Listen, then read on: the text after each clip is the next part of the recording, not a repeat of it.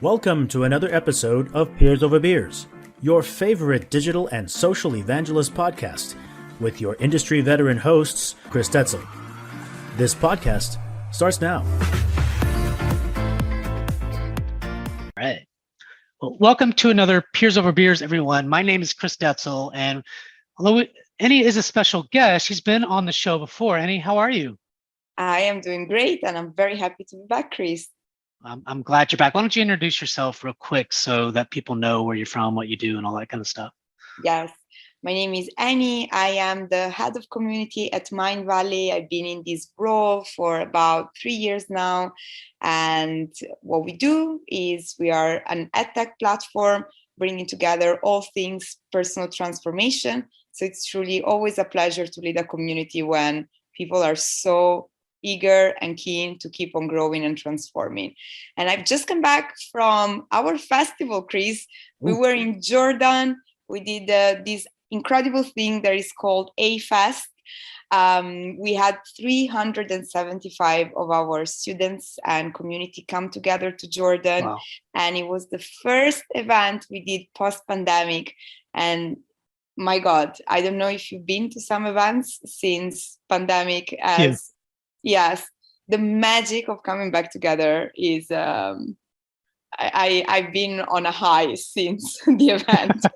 Too bad you had to come back, right? I know. Now, these are personal kind of events that are more personal, right? You know, people are trying to grow, and trying to better themselves and those kinds of things. So it's a little bit different than like an event that I would go to where it's all business. For you, it's business, right? But I mean, for that person, it's a more personal kind of, experience to where they're trying to better themselves. They're trying to grow as a person, and maybe they see it as somewhat of a vacation to some degree because they're doing some fun things. They do, and this is something that I've reflected on since I've seen all of them come back. So first of all, this was the one event in 10 years where we sold the highest number of tickets. We were very happy about it, also because we decided to give all the profits to Ukraine, given that one of our headquarters is in Estonia, and we always felt that this was very close to home. So that was beautiful celebration. But also the one thing that keeps people coming back, some of our customers, they've been back with us 10 times to this same event. Wow. Because when you work with the community in these events, and then people feel like, of course, I'm coming to improve myself, but I'm really coming to hang out with my friends. Yeah. It's almost like no price that people will not be willing to pay for a memorable experience that they get to share with people they love. And if you, on top of it, you put some personal transformation, then why not? Let's do it. I like that. So to kind of get to the business piece of it a little bit is, so you get to go to these events, and I'm sure that there's a lot of back end stuff that you're doing to make sure that it's an amazing event, and the team is doing all these other things to make, probably running around that nobody knows, or things happen, what is it that you guys, I mean, obviously you're looking at more people coming, and paying for the event. So that's good. And, from a community standpoint, what do you do when you get back from that event? And what are some things that maybe that kind of, is there some follow-up? I'm sure there's a lot of things that you're doing to make sure they're either coming back, or you got another event coming up, or, I don't know, what does that look like? So this time, the way it looks like is that we actually have our biggest event coming up in less than 2 weeks. We're kicking off our most ambitious event ever. We have over 1,000 people that are coming to Estonia for 3 weeks, and we're doing what's called Mindvalley University. And truly, this is the community experiment that we do, because there's the festival. A Fest is amazing. It lasts for 4 to 5 days though. So then you go fully in the bubble. That's part of the magic. It's an experience that begins and ends. Everything is curated in every second of the of the event. But then when you come to Mindvalley University, you get to actually live Like people share their Airbnbs, you choose who to live with. You get to live with the Oh, wow. community for 3 weeks in a new city, while still being exposed to all of the transformational content, of course.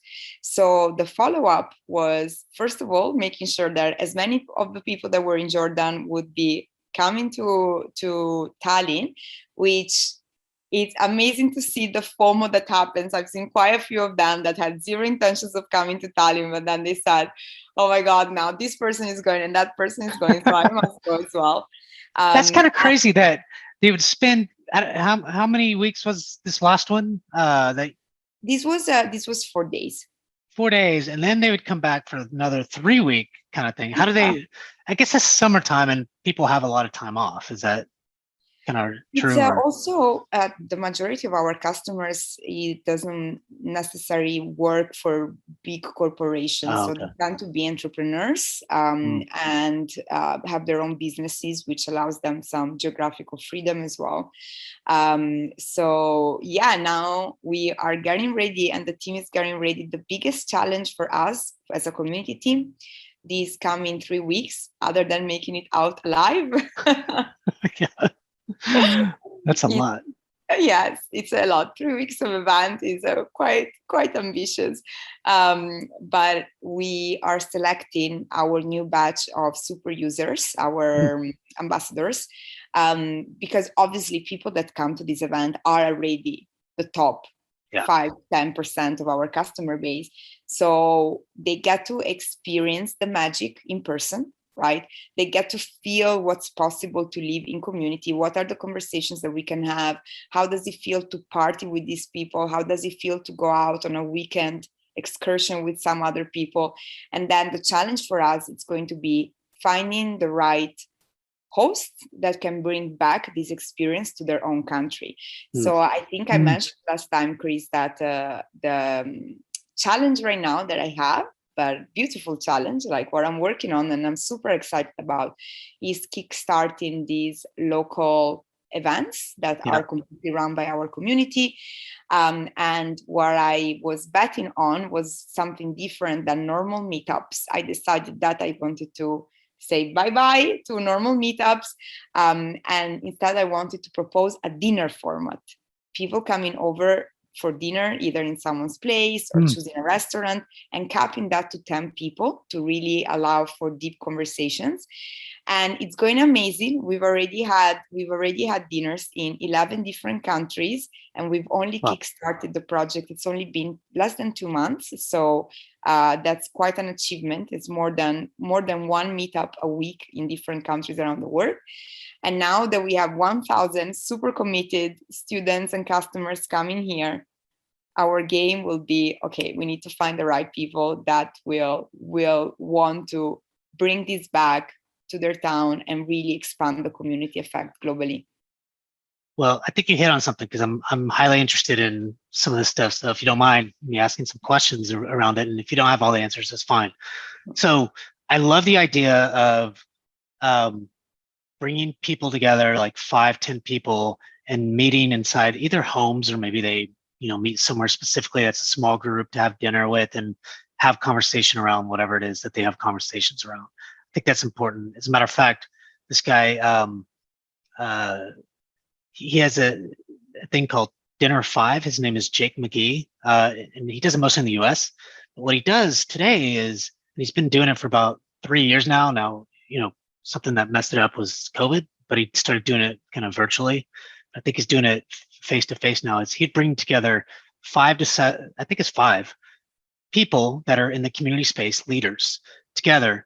Either he did it in his home in Austin, Texas. He came to Dallas and he rented an Airbnb, and he's been to some other locations around the US, and would have kind of these dinners with 5 other community leaders and just have conversations. And he would come in with a personal chef. The chef would make some dinner. I mean, and he cared about, what he cared about was the food, the type of food, like it wasn't just, hey, let's just have a dinner. It was specific, right? Like, that's kind of his thing, but it was really the conversation. And I've been to a couple of them that really, it was intimate. It was face to face and things like that. Now you're doing sort of similar, but it's bringing it around to the world, like all over Yeah. And I love that idea because I've been thinking about how do I do something similar to that? It's kind of like meetups, but yours is a little bit more intimate and focused. So tell us more about, how are you doing that technology wise? Is there some type of things that you're doing, or, how do you sponsor that? How do you go about that? I'm highly interested. So I'm very happy, and I'm going to make a note for myself. Dinner 5, you said, is the Dinner project. 5, his name is Jake McGee. I can give you his information, email you or whatever. Amazing.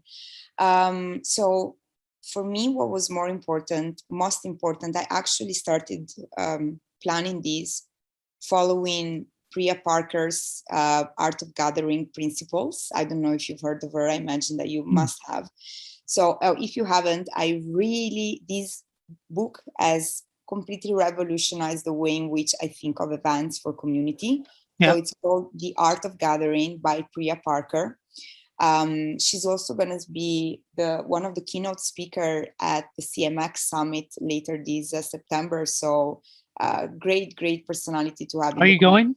Yes, I really hope so. I've actually applied to speak, so fingers crossed. Good. Yes, let's see. Yeah, maybe I'll go. I think there's a few people that I want to meet. That'd be great to meet you there. So I would love to meet you too.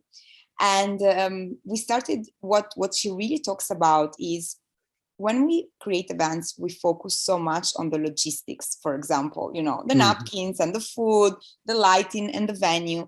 And so often we actually either fall into defaulted templates on how to run that. And she even uses the example of baby showers or birthday parties. It's like the same thing that we've seen over and over again. But we always fail to ask ourselves, what is really the reason why I'm gathering these people? And maybe I want to give it a different perspective from the usual one. So this is how I started reflecting about the dinners. And there was a process of deep listening when it came to what the community wanted. And I knew that what they kept telling me was, I can have conversations with the Mind Valley community I cannot have anywhere else. So, okay, then let's capitalize on that. If this is the value that you find, is that finally I can have more vulnerable conversations. I can actually talk about what's going on in my life rather than go for the surface, shallow, small talks. Then let's make the whole thing about this. And that was the purpose. How can we design a format where people will experience this, where we give them the conversation they cannot have anywhere else? And it's quite interesting because personal growth, by definition, when you're transforming yourself, is a single player type of journey. It's you and yourself. Maybe you have a coach, but it doesn't really tend to be into a community journey. So my question was, how do I turn it from a single player game and I make it a multiplayer one where personal growth doesn't have to be just personal? What if it becomes collective growth? And it's something that I'm really excited about personally. And someone that sparked the dinner project for me was one of our authors. His name is Keith Ferrazzi. He wrote a huge number of books on networking. Some of his most famous ones are Who's Got Your Back, Never Eat Alone. Now he's focusing very heavily on management and leadership in this post-COVID world. And he was doing something similar to the Dinner 5 projects, where he would always invite key leaders to his home to have dinner and facilitate vulnerable conversations with top level executives from different Fortune 500 companies, actually talking about what was going on in their lives. And whenever these executives would walk out of his house, they would always feel like, wow, I never thought we would get this intimate. So I kind of like borrowed that concept. And at the same time, some events that I've seen around the world, like Dinner and Blanc, that gave me the idea of, okay, this is something that could scale in the future. But first, I want to make sure that that initial circle of people feels like, I love tonight and I cannot wait to come back. And I really believe that the only way of doing that is focusing heavily on curating the experience and making it in a way that whether I attend a Mind Valley dinner in Berlin or in New York, it will always feel similar, even though obviously the people will change, the question of the night will change. So this is how we did it, kind of like format wise. When it comes to budget, we don't spend anything really for the dinner itself, because it's a local host that organizes it. Everybody pays their ticket. Of course, we make sure that we don't make it inaccessible, and it's not like Michelin star dinner that people maybe don't feel comfortable to pay. And when it comes to the management of these, we have just started implementing Bevy as our platform for chapters management, because the difficult part for me was the only way of me knowing what was going on. And as I said, we just kickstarted the project 2 months ago. So I would have to check in with my teammate, who then would have to check in with all of the ambassadors, who then would have to send us information. And I just wanted a place where I could see what's going on, when is the next event coming up, what is happening. And it's been amazing to see that we've had one of the last meetups that made me smile, because I never imagined that it would happen there. The last dinners was in Trinidad and Tobago. And you would think like it would take off in huge cities, but when you have the right local host, it can really happen anywhere. And anywhere. Really, for me, brings that purpose that I was telling you at the very beginning, that I heard from the community. We want to meet people around us in my town. So when I see this happening in smaller places, not like in Sydney, Australia, or in New York, to me, it's like, okay, we're doing the right thing, because we're actually bringing the community in places where otherwise we would never go, as Mind Valley with our big events. Yeah, and I think with people so remote now, and it continuing to grow with remote jobs and moving anywhere they want to go. I mean, it's just going to be more and more of that. You're going to see a lot more people outside of these big cities, I would assume, Well, how did you, I'm thinking more program wise. So, sorry if I'm getting too, it's not technical, but just kind of a little bit tactical. But when you think, so bringing in Bevy, but what are all the things or what are some of the things that you have to do to kind of get that set up? Like the things I think about is, one, you got to, brand it, you got to do all these things within Bevy itself. And then you got to start giving access to, some certain people that you want to have events. And how is there some application that the event people that have to go through, what does that look like? And so we have a base already of ambassadors that we had selected over the years, and that they've already proven their incredible skill set, commitment, dedication, and loyalty to the community. So this was a big challenge, Chris. I'll have to say that it's very difficult to find people that really do it because they want to grow the community versus people that do it because they want to grow their own brand, network, or customer base. So, and that's a tricky one, because everybody can, talk about how much they love the community and why they want to do it in a selfless way. But then you have to give away some of the power, and the feedback at some point will come back. But that was finding hosts rather than ambassadors per se was already like it's quite an interesting selection process to put in place. And that's why this year we're actually going to look for the first time at doing this during Mind Valley University. So before anyone could apply from all over the world, we would do a standard interview online and then just wait for the feedback to come in, right? And just see the results, what was happening. But this time, the task I gave the team is, I want you to find people you genuinely want to hang out with. I don't want this to feel like work. The new ambassadors that come in are the type of people you want to take out for dinner. And we will really work on creating the relationships while we're together, because I think we have a unique chance of being with them for several weeks and truly turning these into friendships and extended team members, rather than some remote person you've never met before that feels really passionate about the brand and it's supporting you.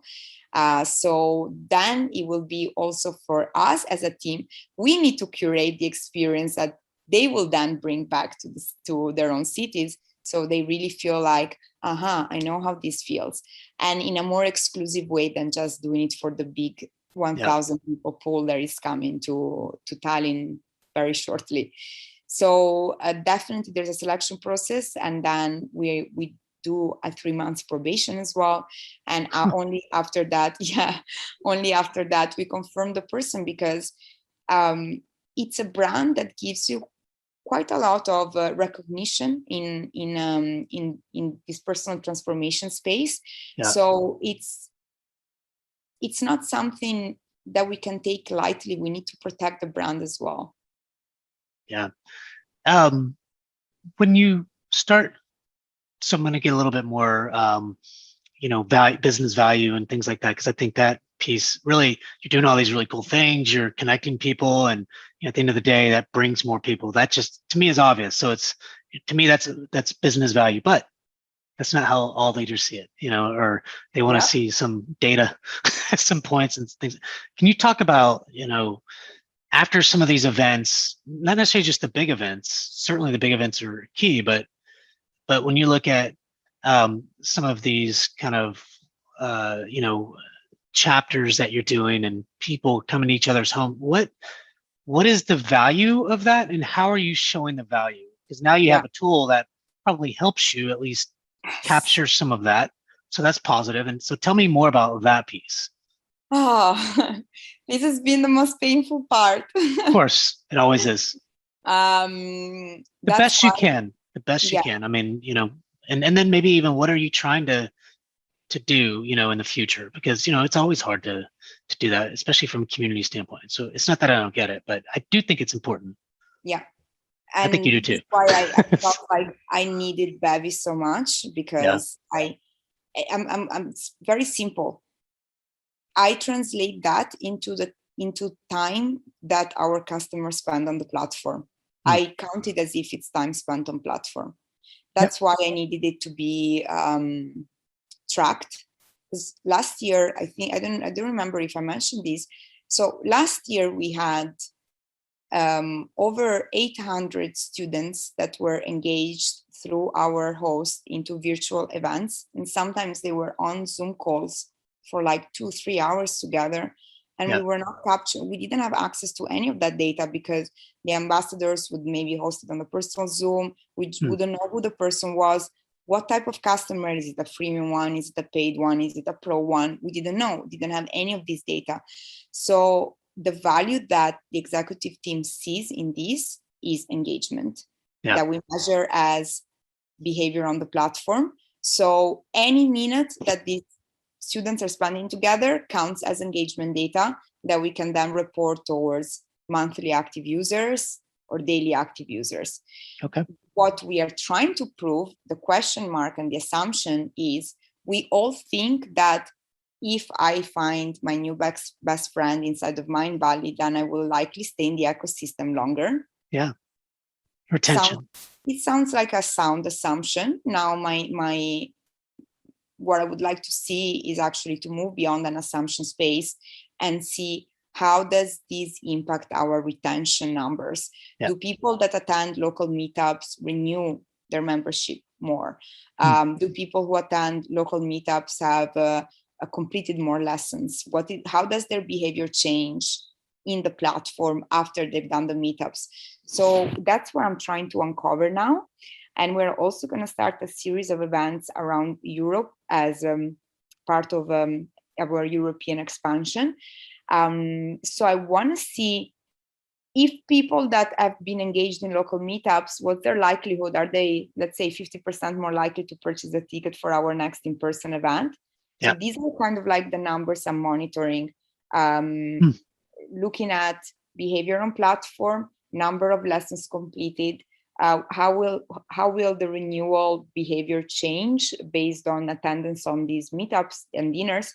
And then are they more likely to then invest into coming for offline events if they have experienced something at a local level that makes them want to be like, wow, if this is how it felt to attend it in Bremen, I must go to the flagship one, because I can't even imagine what that will be for me. I kind of see this as a multi opportunity for you or the team and community. So one is you've got all these local meetups happening, and so people, the chapter leaders or whatever you call them, ambassadors, are having these, or I forgot what you call them, but they're bringing in new people all the time. And so that's capturing, in a sense, leads for you, right? So trying to, as long as you get that information, their email address and things like that, who they are, and then that can go into the system of marketing and however you might do that, Yeah. So lead generation opportunities. So how many of those at some point come to a big event or whatever? And so you can somehow push the Bevy information into like a Marketo or Salesforce, or I don't know, whatever y'all use, to track it, score it, that kind of stuff. So that's a huge opportunity. I mean, just they're bringing in leads for you. Gosh, I mean, that would be enough. But then two is those local chapter leaders that are actually coming to your events and hosting the events, is one, do they renew their membership, but do they renew at higher rates? Do they go to additional things because they're ambassadors and you're giving them certain things and that kind of stuff? So, and so it's not just, renewals, but renewing higher rates, going to other events, and then bringing other people into some of those events, and then lead generation. There's all kinds of shit, that you guys can look at and do. And that's when there are quite a lot of assumptions to prove. And actually right now, when it comes to community, I haven't even community-led meetups.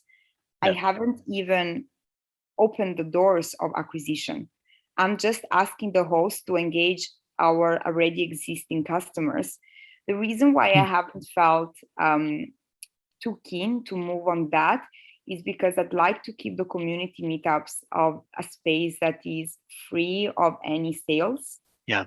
And if we bring in that element, then given that we will be hosting more events as Mindvalley hosted by us across Europe, for example, then in that case, we can tell local hosts, bring new people that you think would be interested in. Maybe we give them discount codes as an incentive.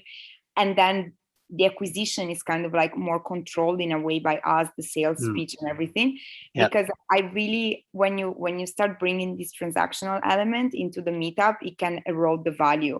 I love the idea of a space where they literally go to share a meal and have conversations they cannot have anywhere else.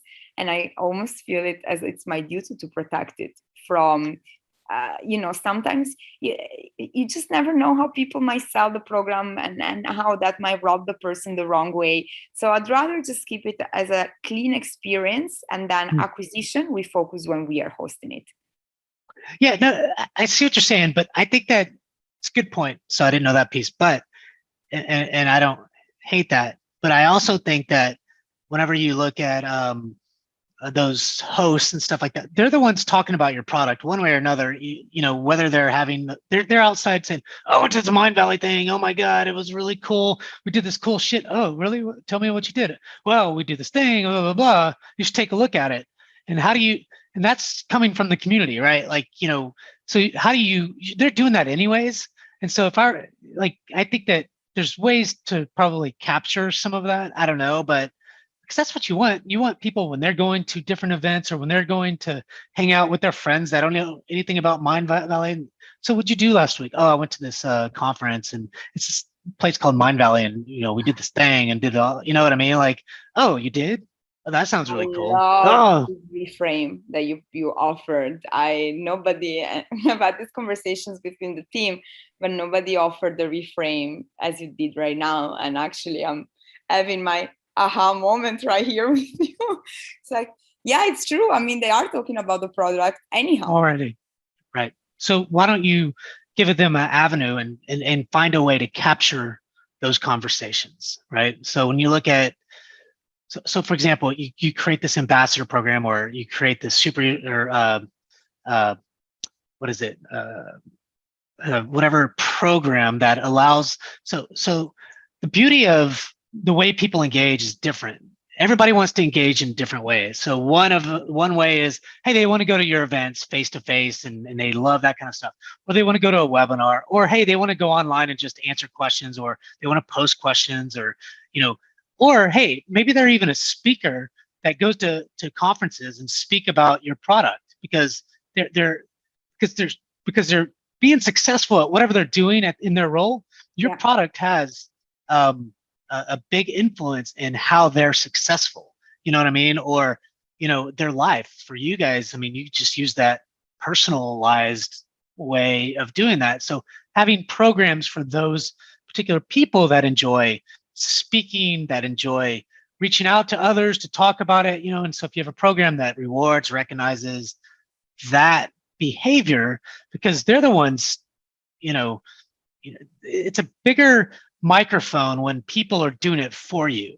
So how do you capture that, and on that behalf and on their behalf? And maybe it's also saying, hey, because you're doing such a good job, you're talking about, you're showing all these people, talking about Mind Valley and all this stuff, here's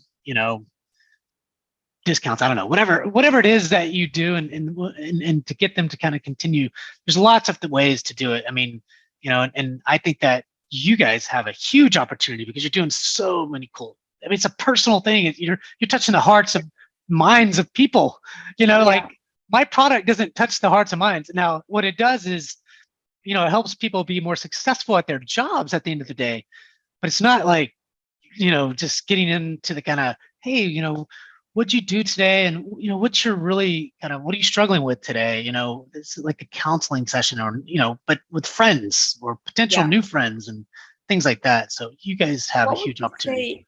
Has been an example that has done this part that you were just describing me right now, that has inspired you, so that you really think a community that has worked amazingly well on getting their customers to talk about the product in a way that doesn't feel salesy, and that actually feels inclusive and like, oh, let me bring you on this journey. Is there someone that comes to mind? Yeah, there's a few. So, and it's probably all the ones that you've heard of from a product company. Now, you're really the first person that I've talked to that runs community in a different way, and does all these events and focus on that. But when you look at Alteryx community, they care a lot about user groups. They care a lot about, rewards, community, it's stuff, and they have all kinds of programs to really do that. When you look at Trailblazers, Salesforce has a great community at doing that. Slack communities are starting to do more of those kind of things. So Elizabeth Kinsey, so she's on my show sometimes too. Even I think Zendesk, when you look at Nicole Saunders, they're starting to do some stuff. Now, all these are product companies, this is what I do. So, you can imagine why, but I am trying to branch out. That's why I have you on the show, because you have so many cool things to share and show. And, so from a product company, those brands are doing really good. And in a way, kind of doing hearts and minds of things. The other thing is just giving people opportunities. I'll give you an example. So let's say you have, like, for example, Higher Logic is a community platform that I use, for example. And one of the things that they do is they have events throughout the year, and they have a big event called the Super Forum. I guess November, September, I don't know but they give you opportunities to speak. So their customers, they want your customers to speak, and so things I like to do is, I don't really get on, to be honest, online forums and post things much. If I see something I can help with, I might, but I don't engage that way. But I like to speak about my practice and things like that, because, and then of course I'm going to talk about Higher Logic and how they're helping me be more successful, because they are, they, at the end of the day, that company is helping me be more successful in my online community experience, right? Or for our customers and things like that. And so I'm naturally going to say it. And just like yesterday, I was on a call, and I was doing a Reltio community show, and the topic was how to build a master data management practice from ground up. And so we just kind of give some context. And there's this one guy that said, and we weren't even talking about Reltio. Now, it was a Reltio-led thing. This one insurance company, he said, Chris, we used to use this other company, one of our competitors, and this is really hard to use, but oh my God, Reltio does this thing, but there are 80 people on this call. I didn't ask him to say anything about Reltio, and he just kept going on and on about how awesome Reltio was and all the things that Reltio did, to help him, right? And so, how do you capture that? How do I get that guy, to talk more about it outside of Reltio-led stuff? And so, I think that that's the things that you got to think about, is because they're going to talk about you anyways, period. Like it or not, they just are. So why not Very true. why not own it? Wow. I have one strategy meeting coming up on Monday now. I'm feeling my whole thing is being revolutionized by this conversation. So first of all, thank you, because I did find it a very powerful reframe. Good. I mean, look, that's what it is. Peers over beers, right? We just talk about our thoughts and how maybe we can help each other and things like that. You've opened my eyes a lot already about events and how to kind of, you're using the technology Bevy and just a lot of fun things you're doing, but at the end of the day, we got to continue to show our value. We've got to promote our customers and make them the heroes. And if we do that, and figure out ways to do that better and capture certain things, because that's what they're doing anyways. The events that you're doing, they're ecstatic. 98% of the people that go, I mean, of course you're gonna have a few people that don't like something or mad about some way some bed was, who knows? But the point is like the stuff you're doing is cool, and you got to get people talking about it, or at least capturing some of the stuff that people are saying about it and quote. I mean, when you think of like marketing stuff, quotes and things like that, people want to be quoted. So don't be scared to ask people, say, hey, look, we have some marketing things that we're doing. They want to quote your thing. Can we do it? You know what I mean? Like, yeah, that'd be great. I mean, we do that. We have a part of our platform that is dedicated to what we call our customer stories. And we had over 16,000 stories of transformation that our customers have submitted themselves. So that's massive. We have one person in the team that is dedicated exclusively to just capturing that and comes to the event with us to capture the stories of the customers also as they're there. And the other thing that we do, which to me, I think I find it very clever, we invest a lot in photography. We bring some of our photographers have, taken pictures of presidents and prime ministers. So we're really going high level, and we're turning the camera on the participants. So I think if I'm not mistaken, the number was when this last A-Fest in Jordan finished, we had 4,000 pictures that we shared with participants. And I'm talking about super high level photography and it's not portraits, it's them in action, them dancing, them meditating, them doing the breath work. And then naturally you will share that because you look freaking cool in that. Yeah, it's on Facebook or Instagram or whatever. They're sharing. All over. Yeah. Yeah, it's all freaking over. Phenomenal. I love it. You make the customer look great. You give them a reason to, want to share. And at the same time, you capture moments that they might want to talk about.